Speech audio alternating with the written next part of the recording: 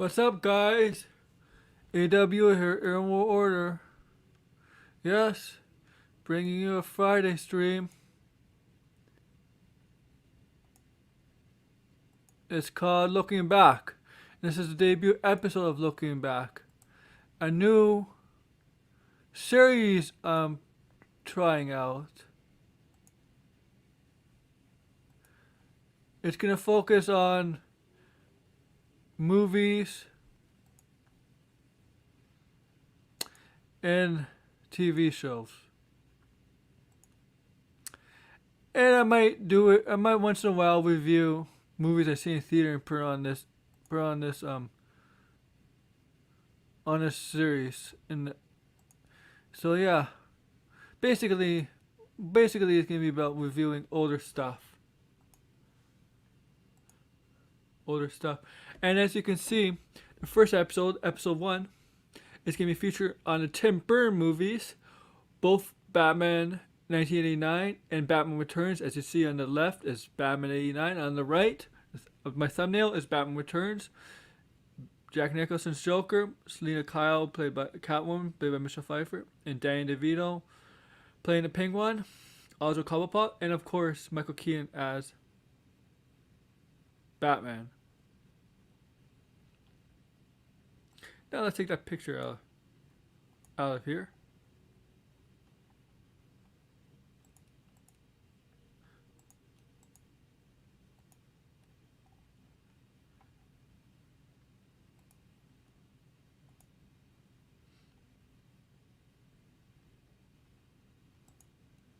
So, okay, yes, I know. Okay, yeah. So, do me a favor, please. And also at the end of the show, I got some stuff to announce, to plug and announce.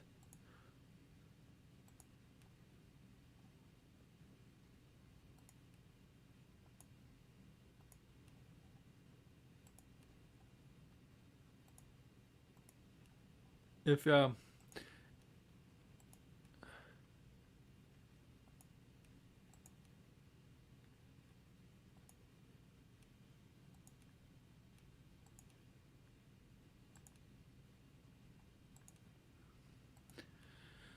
okay. So,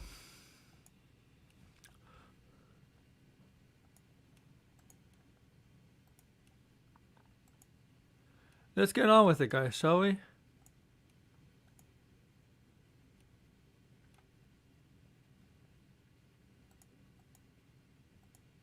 Let's get on with the show.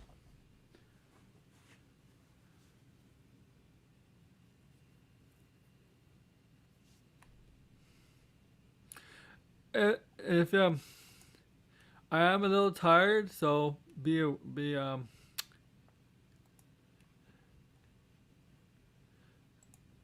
so yeah, that's why I'm doing this. I'm a little tired, but let's get on with the show. I'm gonna try to fight off the fatigue. That's why I have a drink here with me to fight off fatigue.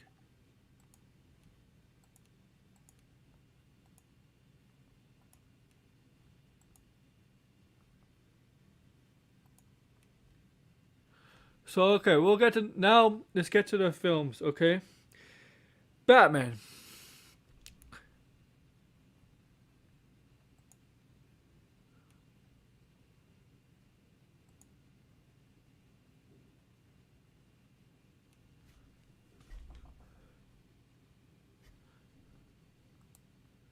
Batman. Fine. Well, actually,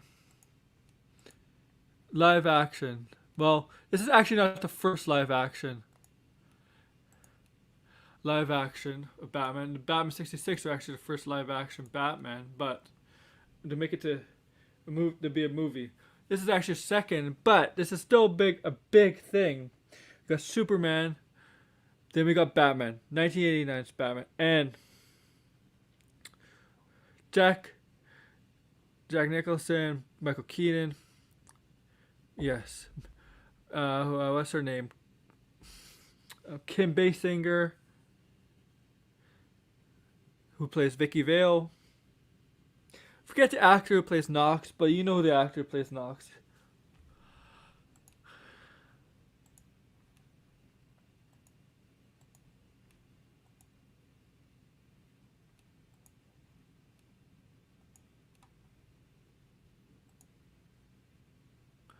So Warner Bros. Has announced that Tim Burton will be directing the first Batman movie. And you know what? I'm only gonna bring on I'm not. I don't want a lot of people on today, so that's why I'm not putting the StreamYard link in the thing. I don't want to be a long stream like I've been the past few days. But yes, I'm just gonna invite somebody on. Um.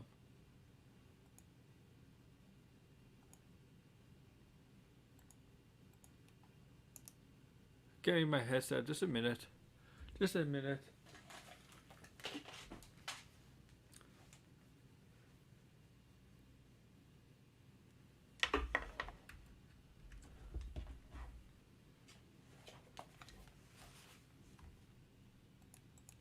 Let's see if that works. Yeah, okay. So Tim Burton was hired to direct Batman 1989. That came out, well, in 1989. The year of 1989. Now, of course the first villain was going to be the Joker. That was plain obvious. There's no question about it. The Joker was the first obvious villain that they were going to announce.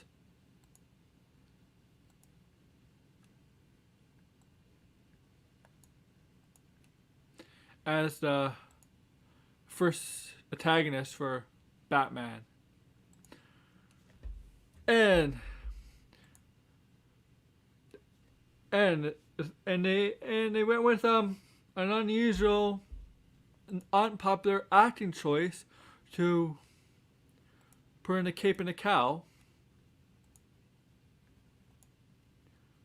And to don the cape and the cowl, to become the Cape Crusader, the Dark Knight, the Batman, and that actor was Micheal Keaton, who is at that time was known to be a comedy actor. And in his first Tim Burton movie, he was in a Tim Burton movie before, and that was a pretty successful Tim Burton movie, Beetlejuice. That had an excellent cast. Beetlejuice had a great cast. If you remember, Beetlejuice had Micheal Keaton as Beetlejuice. Gina Davis, Alex Baldwin as the married couple, the dead married couple. A young Winona Ryder, Catherine O'Hara, and so on. And Tim Burton directed that movie, and Micheal Keaton was his Beetlejuice. And Beetlejuice is a great film. And you saw the acting chops that Micheal Keaton has. And a lot of people were questioning his choice, the choice of Micheal Keaton being Batman because of his past roles. And to me, comedy actors, they're pretty damn good at being serious. I think it's the one thing that people overlook about comedians. They're damn good at acting. Jim Carrey, when he's serious, is good. Kevin Hart can be serious when he's good. We got Robin Williams, and seeing the films he's been in is not a comedy-like film. Like Insomnia with Al Pacino. Also with 1 Hour Photo. So yeah, back then it's still a little bit now. We still have that now. Comedians being in serious films. Now it's still like that, depending on the character they're playing.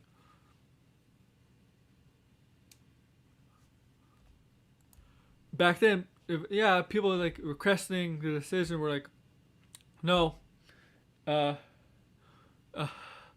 why is he Batman? Why is this comedian actor Micheal Keaton playing Batman? Cast as Batman.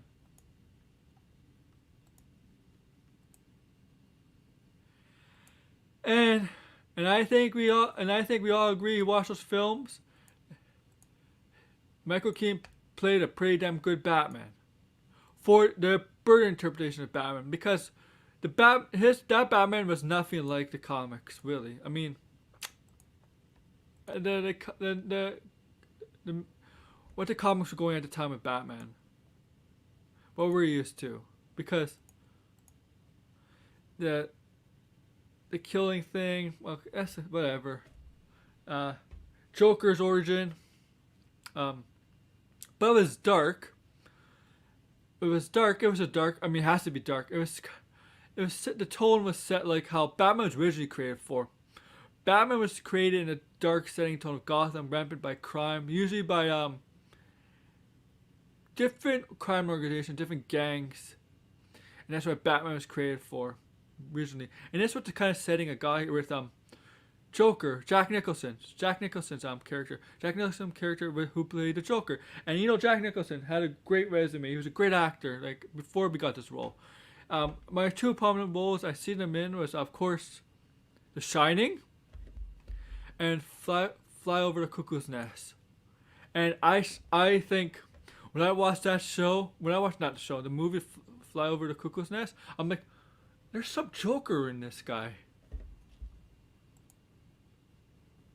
Like I'm like, I saw it Fly Over the Cuckoo's Nest after the Batman '89, but I'm like, yeah,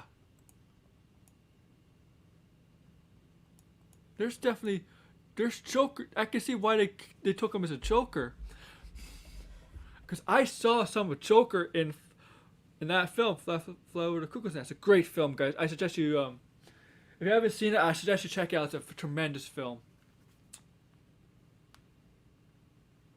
Tremendous film. Jack Nicholson is one of his best roles ever. Check it out, guys. Check it out. Whenever you can. Just check it out. Excuse me, that was my phone. Sorry. And yes, and he was cast as the Joker. Now, he wasn't supposed to be. Apparently, Robin Williams is also running as a Joker. Possibility as a Joker. That was a rumor back then. But that didn't happen. We got Jack. Ironically, he played a character name. The Joker had... The thing about the Joker is... The comics... Every information in the comics about the Joker is made him suspicious who he really is. They have these different origins, perhaps origin stories of who Joker is. From the Killing Joke, from the Red Hood stuff, from gangster-like stuff. And the three Jokers kind of took it from that.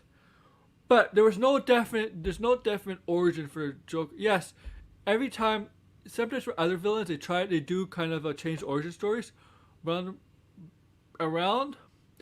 But at least in those with other villains, they give a different origin. With the Joker, there's no 100% all agree about origin story, because DC kind of likes to make they likes to keep the Joker's origin mysteriously speculative and stuff. Remember the Killing Joke says pick a card, right? You see those cards of the 3 different cards of perhaps the Joker's origin story, and you could pick any card. Really think it's an origin story. If you remember that. That's the thing about the Joker. But in this film, now this is different from the comics. They gave him an origin story. A backstory. They gave Jack Nicholson's character, the Joker, a backstory.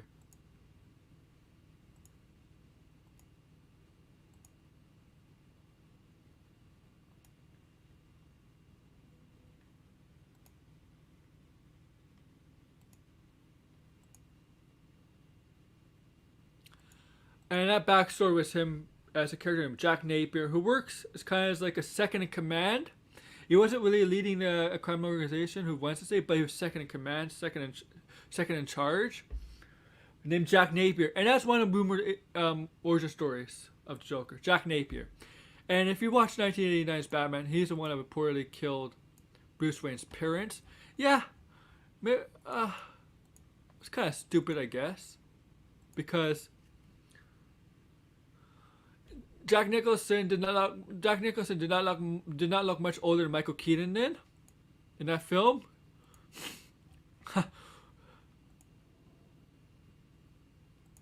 I don't know. Micheal Keaton is 70 and I know Jack is older, but in that film he did not look much older.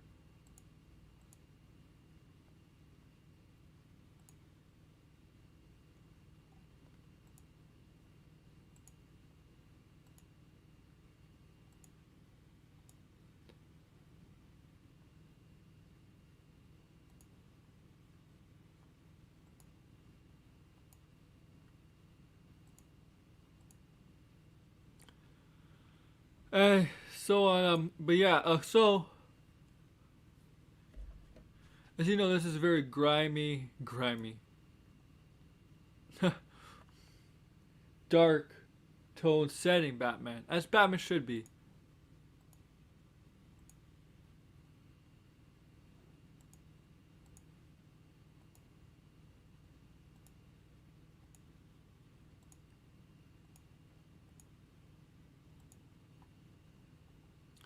Batman should be set in a that kind of setting where it's dark. Where it's dark. It shouldn't be like Metropolis, where yeah, Metropolis has Superman, but Metropolis you look like the setting is happy, bubbling kind of city. Where Gotham, when you go walk in Gotham, you always have to be on the lookout for potential crime happening, or you could be a victim of, right? There's always a threat in Gotham where something bad could happen to you. Yes, they have Batman, but still, where in Metropolis, we really don't have that kind of feeling compared to Gotham. It's a different thing. You go to Gotham, you better be careful. When you go to Metropolis, you can lower your guard a bit. You lower your guard more. That's how Gotham has always been portrayed.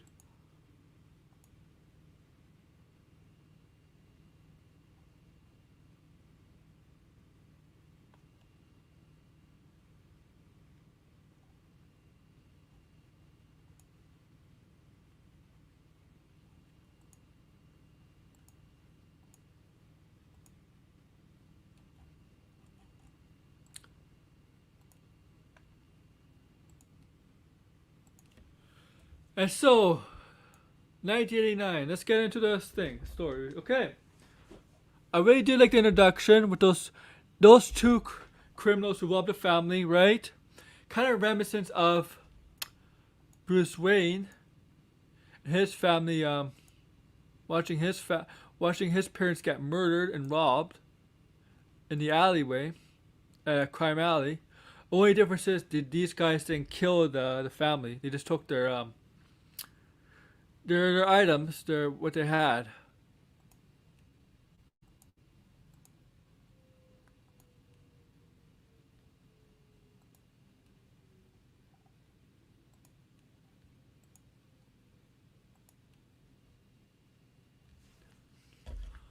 And then you saw all of a sudden Batman make his appearance, taking down these criminals. And then he grabbed that one criminal, picked him up like this, and he's like, "Please don't kill me. Please don't." He's begging not to kill him. I'm not gonna kill you. It's like, "I'm not gonna kill you, but I want you to tell your friends about me." He's like, "Who are you?" "I'm Batman." And the rumors were that Gotham there was a Batman. Batman. I'm going around. We're going around, right? And then you see the police. Commissioner Gordon. Hey, Commissioner Gordon. Hi, Belle. How are you? Commissioner Gordon and Commissioner Gordon is not really well used in these Batman movies, but he's around. Commissioner Gordon. You see Commissioner Gordon, and you see Detective Epcot. And now we find out Epcot is corrupt. He's kind of a corrupt cop, and he goes away from where the crime scene was and meets up with Jack Napier and a bunch of the men that works with the gang he's with, and he bribes Epcot for food. They don't trust each other. Obviously, you can't trust. Like a criminal cannot trust a cop, even if he's corrupt.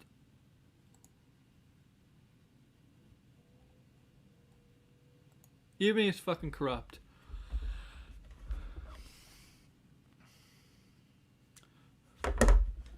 And then we kind of got Vicki Vale, played by Kim Basinger, is new to I guess it's Gotham Gazette in there. And you see Noxer under the ring. And she's specializing in Batman. And they get invited to Wayne Manor.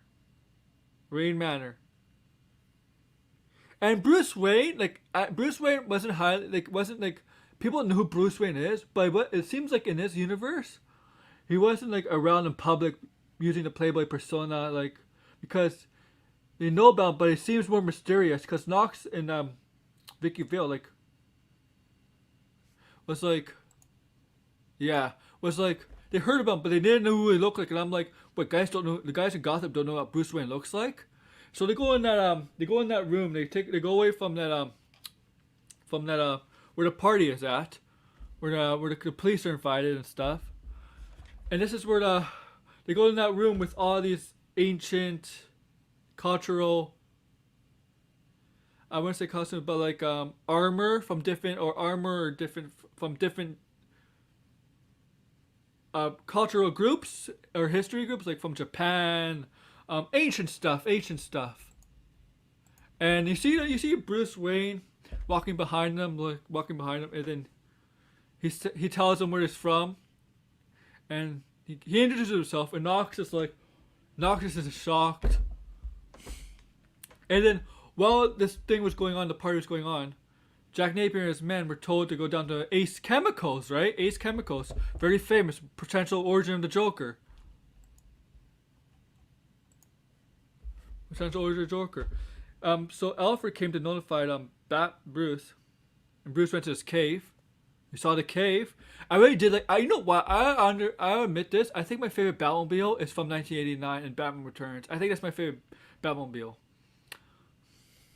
I don't know. There's just some people about Batmobile I like. And he has cameras over his manor, and he zooms in on like Commissioner Gordon, Ace, and you see Bruce go to Ace Chemicals, and Jack Napier was one of the guys was trying to break in where the cash vault is or whatever. There was nothing there, and he realized he was set up by his boss. His boss is throwing him on the bus, so he's set up by his own boss. And that's when the police came in. And Epcot was there. Joker shot Epcot. You know that he was a big fat detective who was being bribed. And yeah, Epcot died. And you see Batman come in, take down the Joker's goons. The police were shooting at Batman. He was able to take down Jack Napier, but Jack Napier was so afraid, he kind of flipped over the little bridge there. And at the bottom of the bridge, there's two vat of chemicals. What happens is he slipped over. Batman tried to save him from falling into the vat of chemicals. He didn't catch him, and he fell into the vat of chemicals. And then the police are shooting Batman, and Batman had to do a smoke bomb so the police can't shoot him, so they can't able to see him, and he escapes. If you remember that scene, and that was a good scene. Now, Kim basically was fascinated with Batman. Especially Vicki Vale was fascinated with Batman. Bruce had an interest in Vicki Vale. Obviously. There's something there. So we get to the Joker's origin. We see it later on in the movie. Joker, Jack Napier, is able to survive. You see his hand come out of the vat of chemicals. And I'm like, so how long did nobody was able to get him out? He had to get out himself. Like, after he fell in, they just left him there. Like, the police, they just left Jack Napier there. They know he's dead, but you still have to, like, I know he's a scumbag, but they still have to, like, it's the responsible thing to get him out of the vat of chemicals. But they left him there. They just left him there.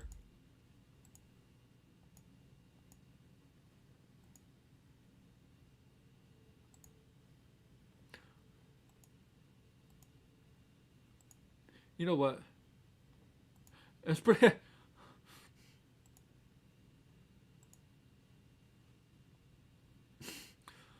And then and you see when the Joker is born, right? He goes to obviously black market doctor. Black market doctor. Doctor is not licensed, I guess. Work on his face, because his face is all messed up. Obviously, it'll all be messed up. And he started laughing manically, and that's all obviously from the chemicals, from the vat of chemicals. And then you see him go to his former boss,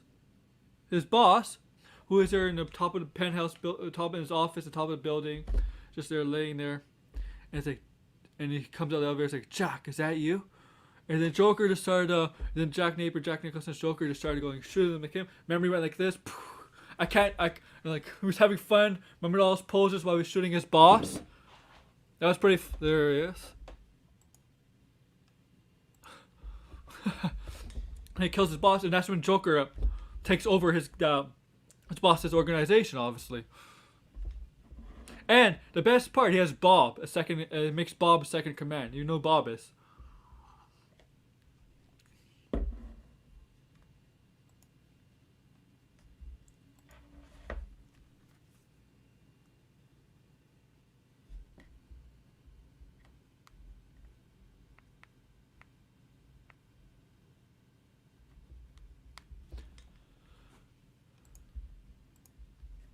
Yeah, and yeah.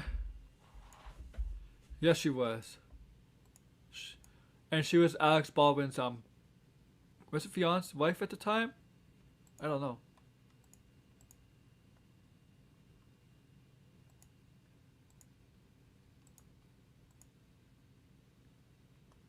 This is only be for AW people, but you're I don't know.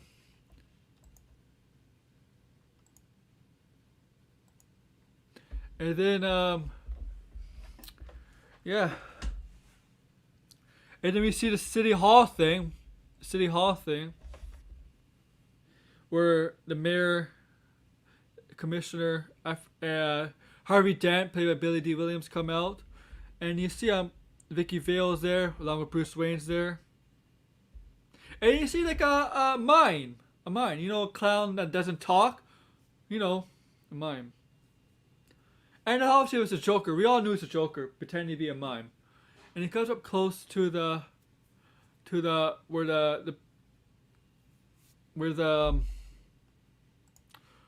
where doing it, comes up close to everybody, and with the flag feather like pen stabs the guy in the throat, killing him, and then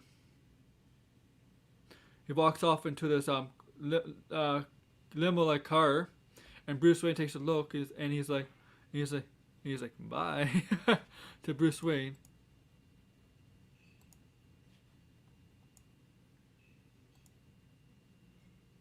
And he's very fond of Vicki Vale. I mean, Joker. See, we're having like a two thing here. Like Joker has a woman like by his side, but he was more interested in Vicki Vale.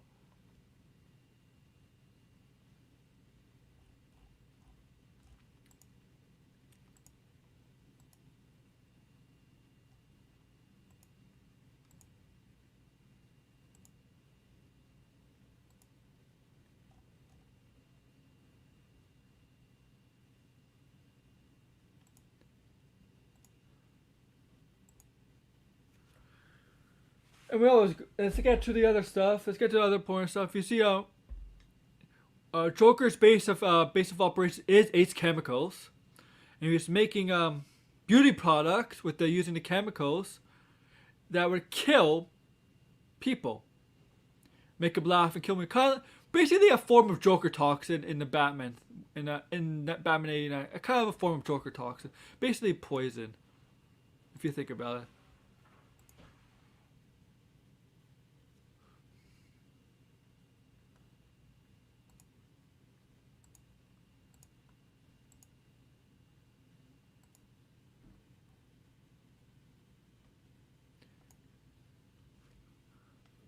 Yeah, I'm good. What's good, man?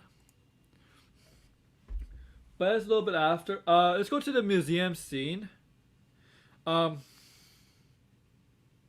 Vicki Vale was invited to the museum, right?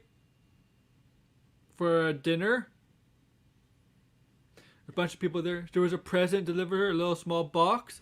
And it was kind of like a small gas mask, a small one, not like a phone. You know what I mean?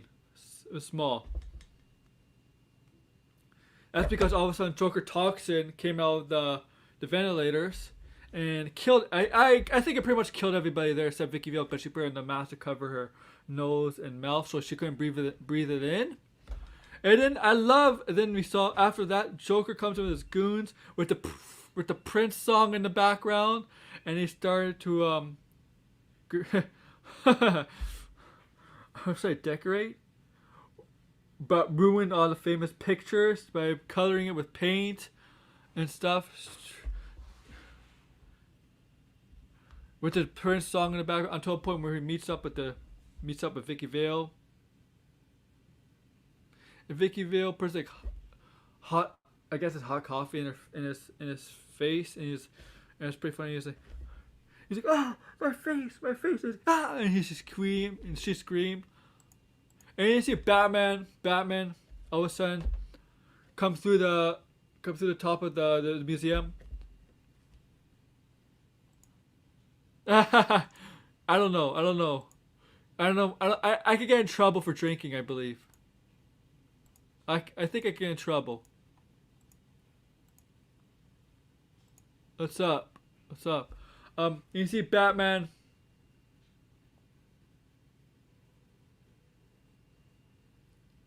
told her to hang on because she's the grappling hook to get out of the museum. And then they go to the alleyway, take down some of the men, and you see take down some more of the Joker henchmen. And I like Joker's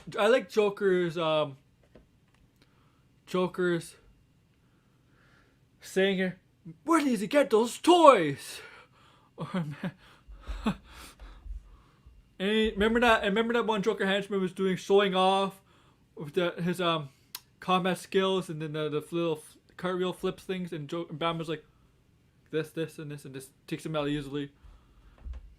And that's when Batman and Vicki Vale manage to escape, takes her into the Batmobile, takes her all the way to the Batcave, and that's where he lets her know that pretty much because he had his cowl, that pretty much lets her know that Bruce Wayne is Batman. She figured, yeah, he lets her know that he is Batman. Bruce Wayne is Batman. Managed to take her safely home. And then we see some of this, and then Batman is like, Bruce is like, I need the files on Jack Napier. I love Bob. Oh yeah, we'll get to that. I love Bob.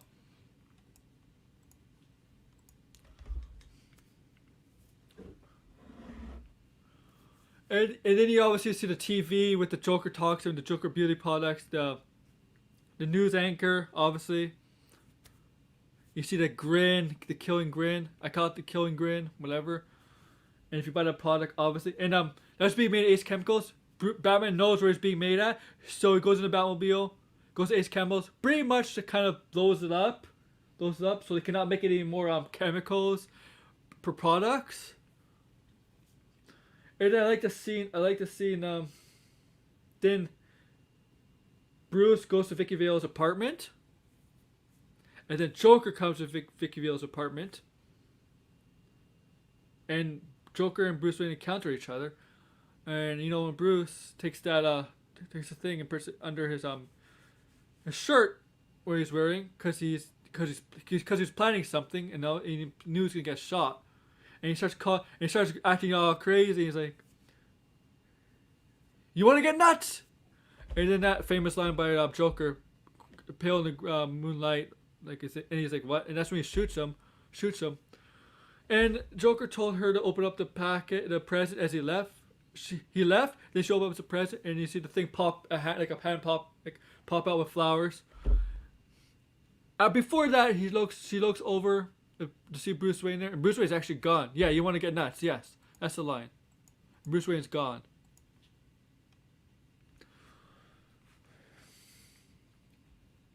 And then later on, they're having a. And Joker, his ultimate plan with the balloons and the float. And the balloons were all. Well, he was giving all his free money away to the Gotham citizens, only to set them up with the balloons that had Joker toxin coming out of it.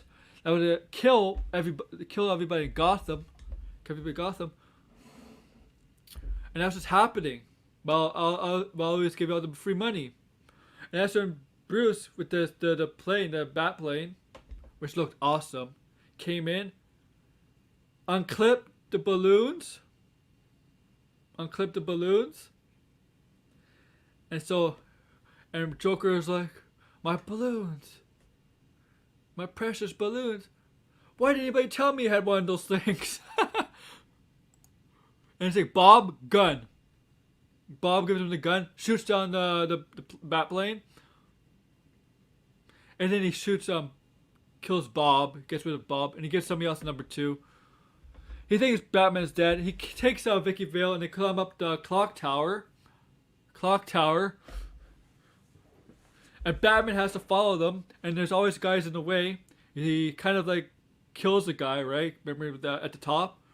He kind of flips him over, and he falls down all the way down the clock tower to the bottom. And then he managed to capture the Joker, and he beats the living crap out of the Joker. Like, the Joker had no chance. This Jack Nicholson Joker had no chance. And it was, apparently Jack Nicholson's Joker was the one that killed his parents. And he's like, you killed my parents. He's like, you killed my parents. It's like, and then he puts on glasses. You wouldn't hit a man with glasses, would you? And then,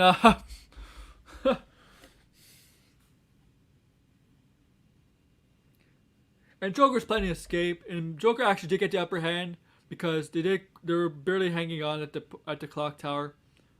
But Batman was able to get out his grappling hook, wrap Joker's leg around the gargoyle as Joker was hanging on to the ladder that ladder was hooking up to one of his to the helicopter. And obviously the gargoyle was too strong because it was heavy. And he couldn't climb up the ladder with that thing hanging from the grappling hook. And that's when he fell to his death. Yeah, you wouldn't hit him with glasses, yes. And that's Joker's death. And he had that little laughing thing. The police came up and had that little laughing thing, and he was dead. And at the end, Vicki Vale, and that's when at the end the GCPD had to decide to create the bat signal, and that's when they accepted Batman as a vigilante, as something that they could count on. And then Vicki Vale, like, they didn't use her in the sequel, but that's pretty much Batman '89.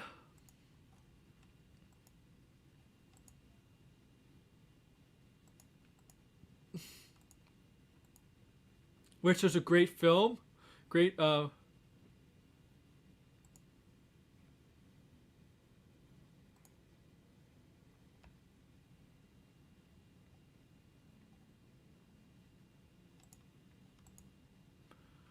then, good cast, good story. It's different from the typical Batman. I mean, like, it's not the Batman we're used to with Joker not really having a name. It's a different interpretation that you could do in movies. You have free reign to do that.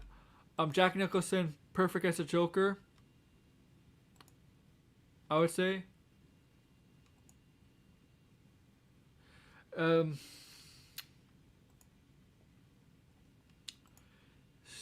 I say if we want to see what got me, once again, what made me believe Jack Nicholson, like, he was, even before I saw this movie, he was good as a Joker, but what made me believe, what I believe that got people to see him as a Joker was his character in the Fly Over Cuckoo's Nest. If you watch that legendary film, Fly Over the Cuckoo's Nest with Jack Nicholson, I believe that's the film that convinced me, yeah, this guy was perfect for the Joker. Yeah, I know, Daniel. I know.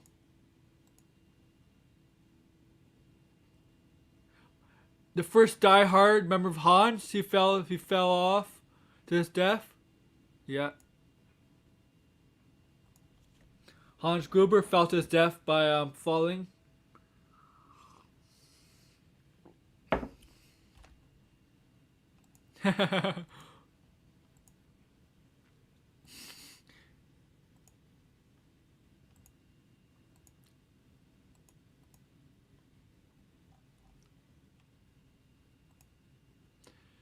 I'm sorry I'm not inviting anybody else. I'm trying to end this in about, 20 minutes. Because I've been going on a little bit longer. It's nothing personal, guys, It's just stuff. But that's Batman '89. Now, Batman Returns. Yes, Alan Rickman. Oh, yes, I can't forget. Two legendary artists. passed away today. And when I mean artists, I mean not just music. I mean like comedy, acting. I mean artists. I mean yeah, art in a general form, not just like music or like But two legendary. Before I get to 89 returns, Meatloaf and Louis Anderson both passed away on the exact same day. It's 2022. We got a lot of, oh my god, Betty White, Sidney Poitier, Bob Saget, and then we got Meatloaf and Louis Anderson. Ready, man. Oh my god. It's not good, man.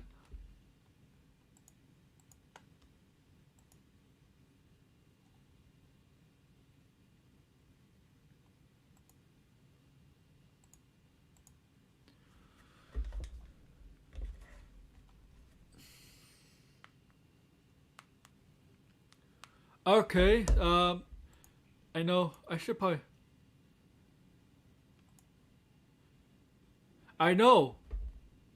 Yeah, Louis Anderson passed away too today. Or it was announced today. Could have been yesterday, but just announced today. I don't know.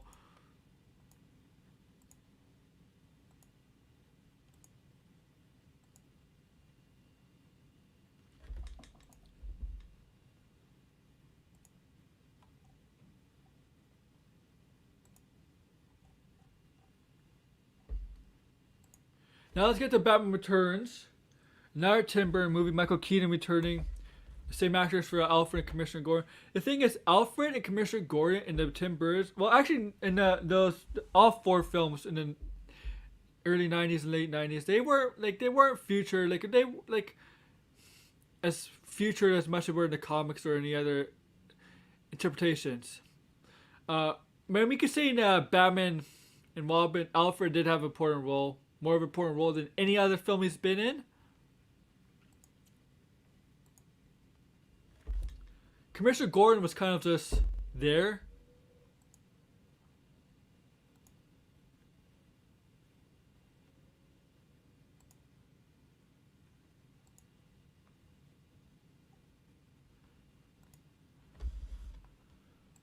But it's Batman Returns time. Batman Returns. We got three legendary actors and Batman Returns making a debut in the Batman universe and not the Batman universe. The Matt Reeves. I'm talking about whatever, not the universe. And Tim Burton's Batman. Three legendary actors: Christopher Walken as Max Schreck. Max Schreck. Danny DeVito as Penguin, and Michelle Pfeiffer as Selena Kyle, aka Catwoman. Now I'll say this: Batman Returns is a Christmas movie.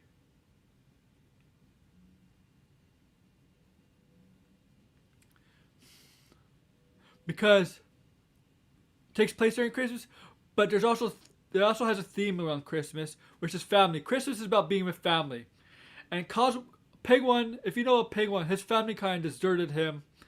They threw him away. They passed away. It was kind of about family, too. Okay? So this is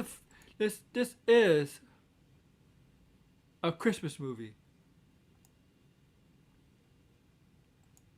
And if anybody tell you otherwise, they don't know what they're talking about. But Batman Returns is a Christmas movie.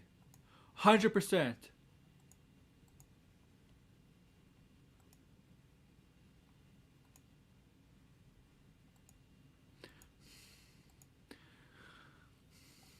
So let's get into Batman Returns, guys. So we know the opening scene. We see the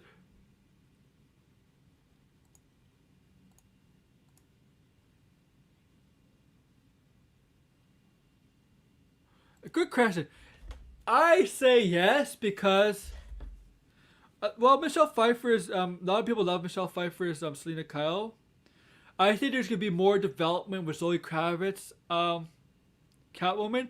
If you think about Anne Hathaway's Catwoman had more of a more depth in character story development than Michelle Pfeiffer's, and from what I see, I think Zoe Kravitz Catwoman is gonna have the exact same thing, like Anne Hathaway. So.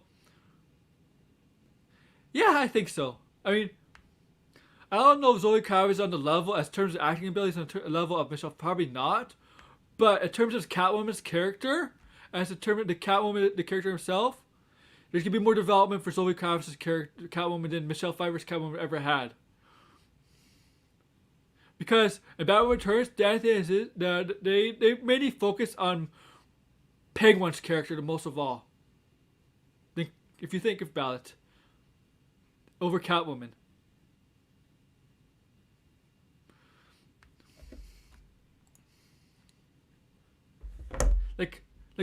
Michelle Pfeiffer's a better actress than Zoe Kravitz. I just think that them focus on, I think there's gonna be more focus on Catwoman in the Batman than there was for Catwoman's Michelle Pfeiffer's Catwoman.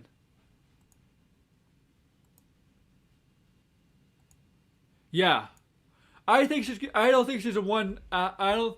I don't think she's gonna be in one film. I think she'll have a major part in the Batman universe, Matt Reeves' universe. So yeah, she's definitely not gonna be in one film. I could be wrong. If they kill her off, I'll be shocked. If they kill her off, if she dies in the Batman, this will be my shock face.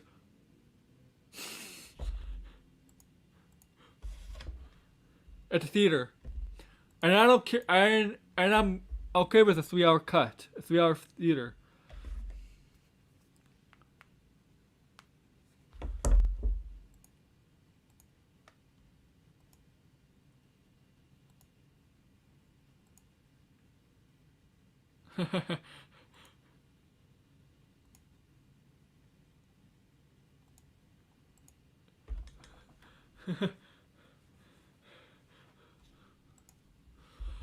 But yes, this is so we got Cobblepot as a little baby in a cage. Obviously, there's obvious reasons why he's a cage because he's deformed and rabid.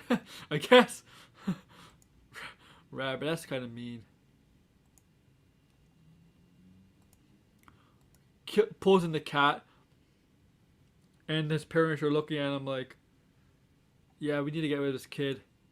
So I think it was actually, and they take him in a stroller over the bridge, over the park bridge, and they throw him into the little stream that goes into the sewer. And then gets grabbed by penguins. The only thing is, how the fuck did penguins get into the sewer in the first place? And who the hell raised them in the sewers? I mean, penguins raised them. Like, how the hell did penguins get in the sewers? They escaped the zoo or something? Well, it was a zoo, wasn't it? Oh no, they were close to the zoo, right? And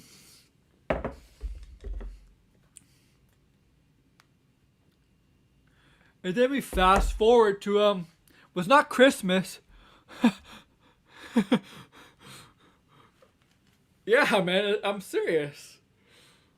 Nobody does anybody question that? How did the sewers have penguins in it? How did the penguins get into sewers? I heard nobody question that.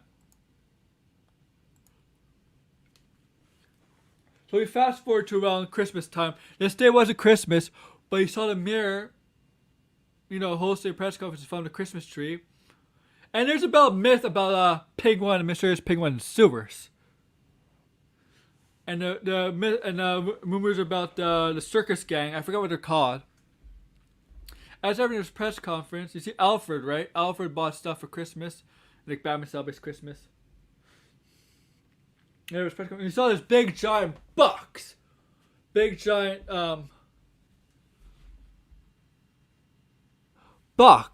present box, all wrapped up. Yeah, Pee Wee Herman was the father. You're right. Paul Rubens, yes. A lot of people forget that Pee Wee Herman, the actor who played Pee Wee Herman, was the father.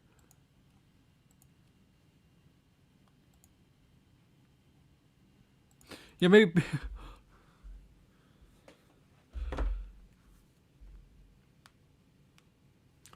And then that big giant present box all of a sudden burst open, and all of a sudden the circus gang burst out. We saw a bunch of different members of the gang. We saw guys on motorcycles with a skull-like face. We saw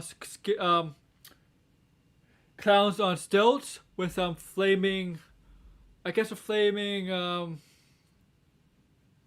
bowling pins, juggling. We saw regular clowns.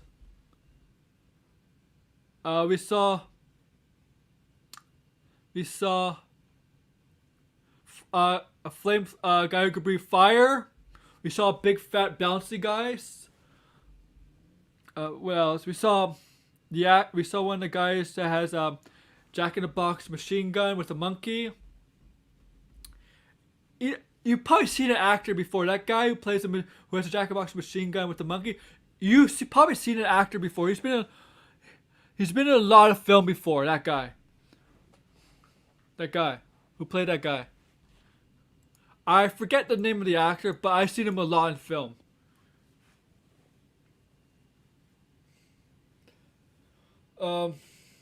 We see Max Shrek there. Max Shrek is running away from all the chaos.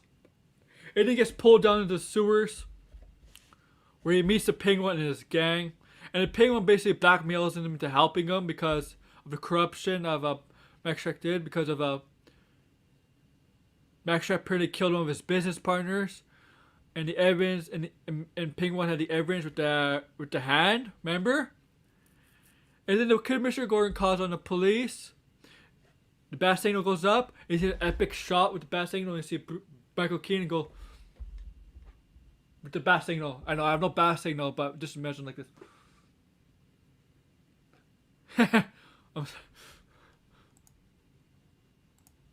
That was a great shot.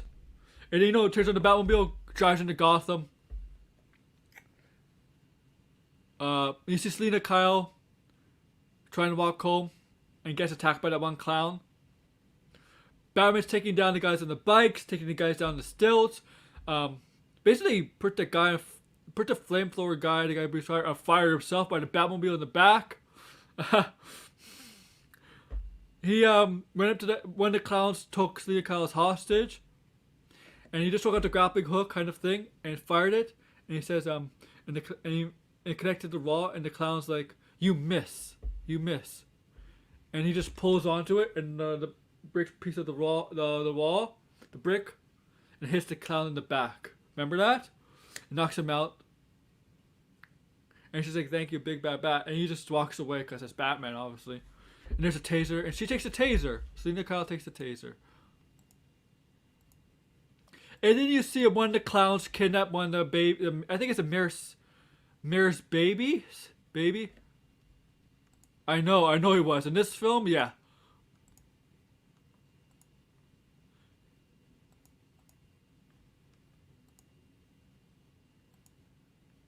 And it goes down the sewer. And all of a sudden you see the big rubber ducky in the sewer going up, and you see the Penguin make his debut with the baby. Goes back to the mirror. Fooling people to believe he's a hero, and the people believe him. The Penguin's a hero. And then he becomes a folk hero, most popular character in Gotham. Everybody's talking to him. Of course, Penguin, the myth, shown. Of course. And then Max Shrek convinces him to run for mayor, and he announces that he's gonna run for mayor. And then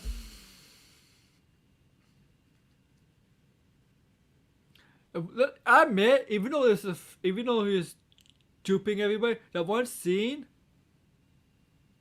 where he goes in a cemetery to visit his father and mother's grave, his parents' grave, leaves the flowers, and finds out his real name, that's Oswald Cobblepot, and then goes in front of the gate, and one of the reporters asks him, and he says he does. I am a man. I have a name. Oswald Cobblepot. I mean, I do think that's a very powerful scene there.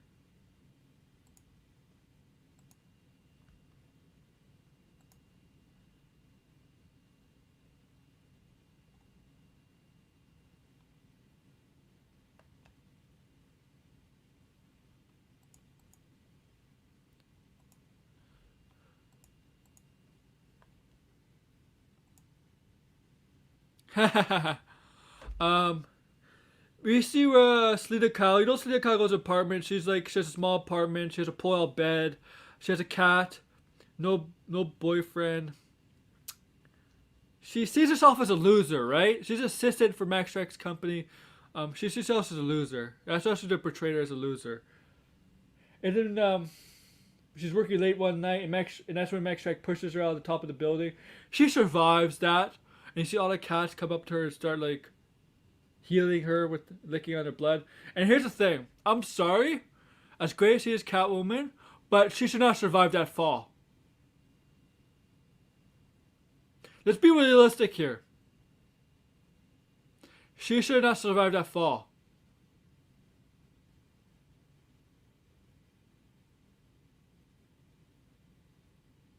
And the thing is, and she got back to her apartment. She was struggling and stuff like nothing was broken, dislocated, nothing.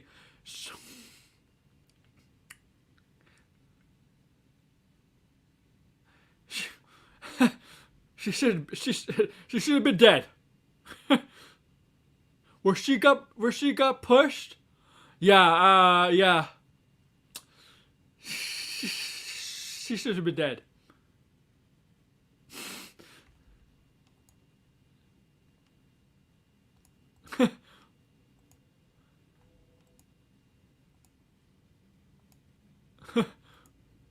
It's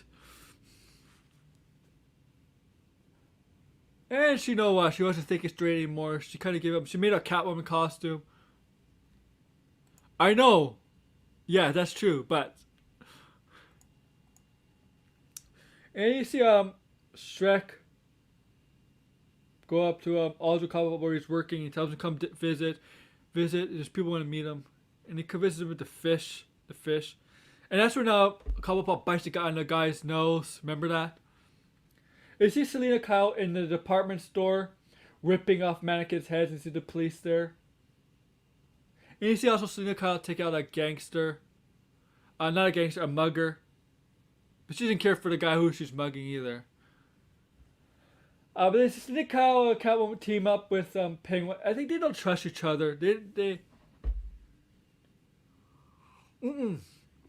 There's this one scene where Batman was taking out Penguin's criminals one by one, and that's when he took the bomb and strapped him on that guy, and he threw him in the pit or whatever, and that's when the guy died. Remember, that was vicious. And he captures up the Penguin. And that's when we see Selena Kyle come out of the department store. And Penguin leaves, and then Batman takes on Selena Kyle, Catwoman. He manages to beat Catwoman. Because Catwoman did fall into that truck. He managed to fall into that truck. And instead, she loses one of their 9 lives because she's a cat, right? She thinks she's a cat. So you lose one of your lives, apparently.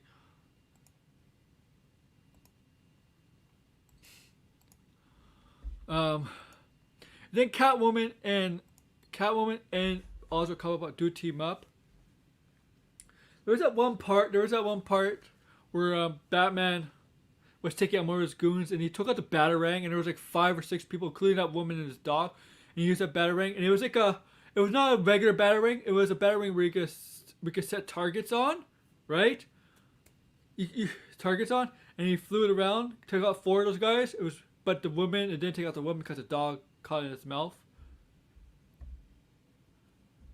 And then Selena Kyle or Catwoman and Penguin team up. They kind of wanted to make Batman look like the bad guy, so she kidnapped I forgot what she called. What was her? But you know the woman they kidnapped, right? Miss Christmas. I forgot what they called her.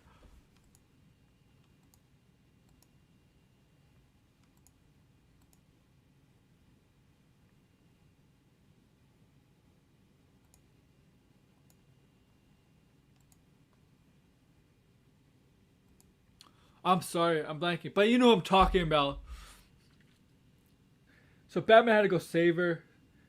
Gets past the Kyle, manages to go to the Penguin.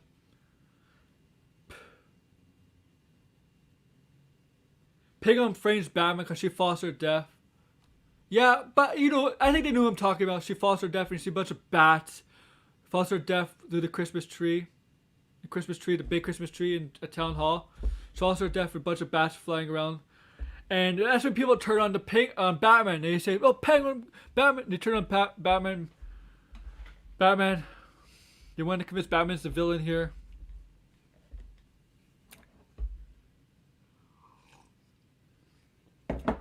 And then Penguin and Catwoman turn on each other, right? They turn on each other.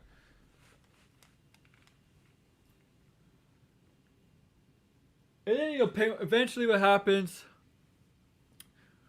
Batman goes in the Batmobile. All of a sudden it's being controlled by a simulator, a Batmobile-like simulator by Penguin. So Batman didn't have any control over his Batmobile.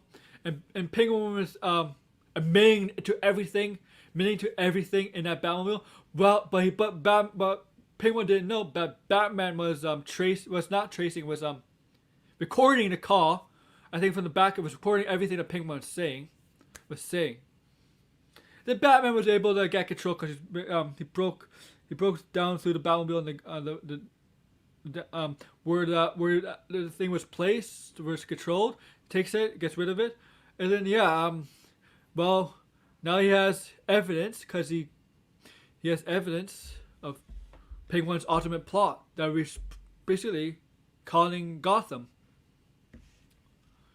And then Penguin has a press conference, and then that's when Batman or Bruce Wayne and Alfred put in that recording, and you hear on the everywhere and on TV, Penguin saying what he said to Batman when he had control of his Batmobile, admitting everything, and Penguin's like, just make sure, like, I didn't say that, and more stuff came out.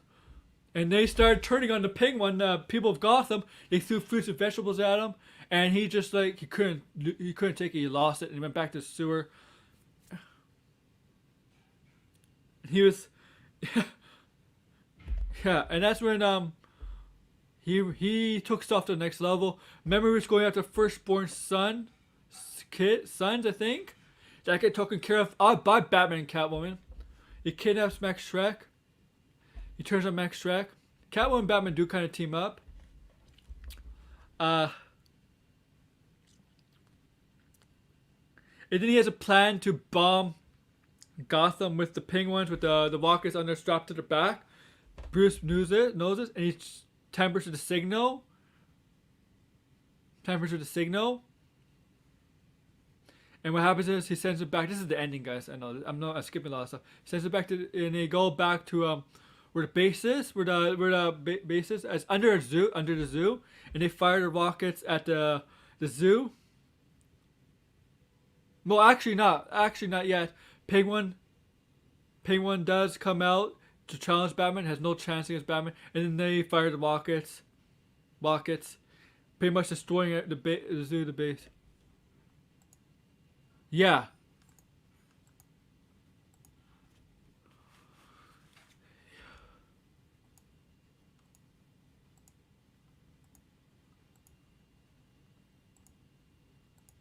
And then what happened after that? Batman, Max Schreck was there. Selina was there. Back in Penguin, where the Penguin is. Selina wanted to kill Max. Batman was trying to convince Selina not to do it. He takes off his cowl, and Schreck is like, Bruce? But Selina didn't listen. She used the taser on Max, and you saw Max's electrocuted face. He's dead.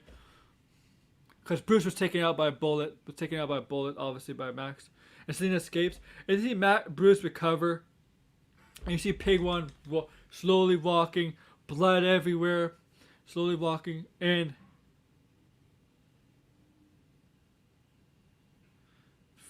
falls to his death. And the Penguins carry him into the water.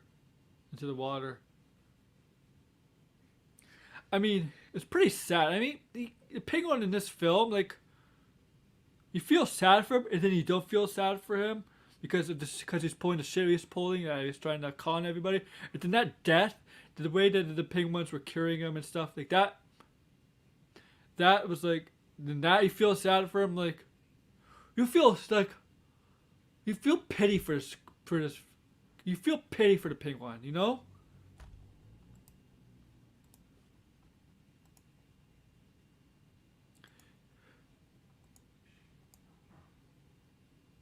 Now, the Penguin and the Batman and the Penguin we're used to in the Batman in the comics is not like that Penguin. This Penguin in the Batman Returns was deformed, like with the flippers, with the nose. It was different. Different kind of Penguin.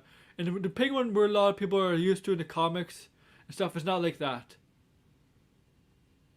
It was depressing.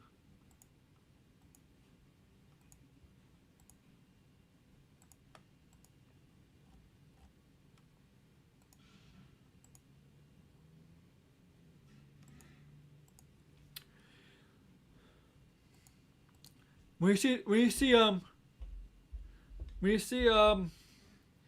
his name, Colin Farrell's Batman, Batman the Penguin. Yeah, he doesn't look like anything like he looks ugly, big and fat and ugly. That's how the Penguin looks. But you could tell he doesn't have the flippers, the big long nose. He doesn't look like an actual like a deformed human being. He's just ugly and fat. Like how the Penguin is, maybe short. Like how the Penguin is in the comics. That's what they're going for here in the Batman. The Gotham Penguin was nothing like that either. Nothing like the Danny DeVito Batman Penguin.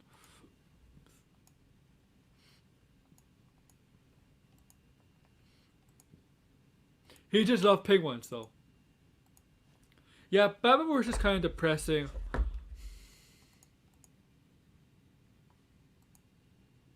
And I'll just say this: if you're complaining about a 3-hour film,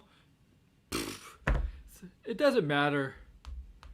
If the movie is fine and the pacing is fine, 3-hour film will go by quickly. If the pacing and the story is not good, then a 3-hour film will feel like an eternity. Eternity, wherever. Yeah. So, if it's a good movie, 3 hours is nothing.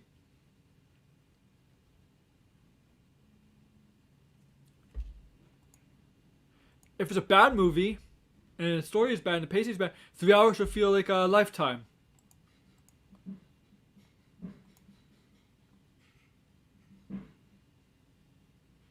Pass. But yeah, so yeah, thank you for listening to my Tim Burton Batman movies. These are truly, it's not inspirational, but like groundbreaking. Me too. These are truly groundbreaking stuff to see versus Superman with Reeves, Christopher Reeves, Superman. And then we got Batman about a decade later. It's groundbreaking. And then it inspired a lot more Batman films. Nolan and all that other stuff. This also inspired the anime series in a way. But yeah, so yeah, this is Looking Back episode 1. Looking Back episode 2, I don't know when it's going to be. It could be next Friday or it could be the Friday after. But next episode of Looking Back will be the Joel Schumacher films of Batman Forever and Batman Robin, because they're separate from the Tim Burton films. Even though Tim Burton, like, in a way, they're kind of canon in a way, but they're very different. So I want to separate the two films, the two films from the Tim Burton films. Okay. So yeah, next Looking Back episode 2 will be based on Schumacher films, and then I'm gonna do the Nolan films after. But the Nolan films I'm gonna do one by one. Batman Begins, and then the next episode after Batman Begins will be The Dark Knight, and The Dark Knight Rises. And this will be all lead up to the Batman. So maybe I'll do it next week. That's episode 2. Lead up to the Batman. That's the goal. Lead up to the Batman. And then after the Batman, I'll focus on whatever I want. Maybe I'll do, yeah. Focus on whatever I want. If the Batman's March 4th, if there's another big film coming out that I want to see, it's a sequel. Like, for example, like when Doctor Strange Multiverse Madness comes out, I might do a looking back on Doctor Strange, the first movie. Something like that. I appreciate it, Daniel. I appreciate it. So yeah, be on the lookout for tomorrow. And I got to plug some stuff for tomorrow. Tomorrow I'm reviewing Peacemaker episode 4. If you've seen it, you know where those avatars from. So episode 4 Peacemaker tomorrow. Monday I'll probably do a stream. Tuesday is a maybe, 50-50. I'll let you know tomorrow if I'm gonna do a stream Tuesday.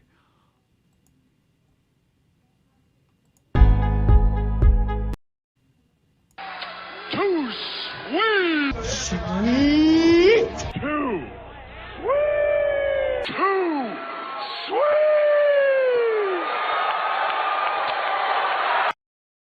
So yes, like, share, subscribe, comment below, tell your friends, and I'll see you tomorrow for Peacemaker episode 4.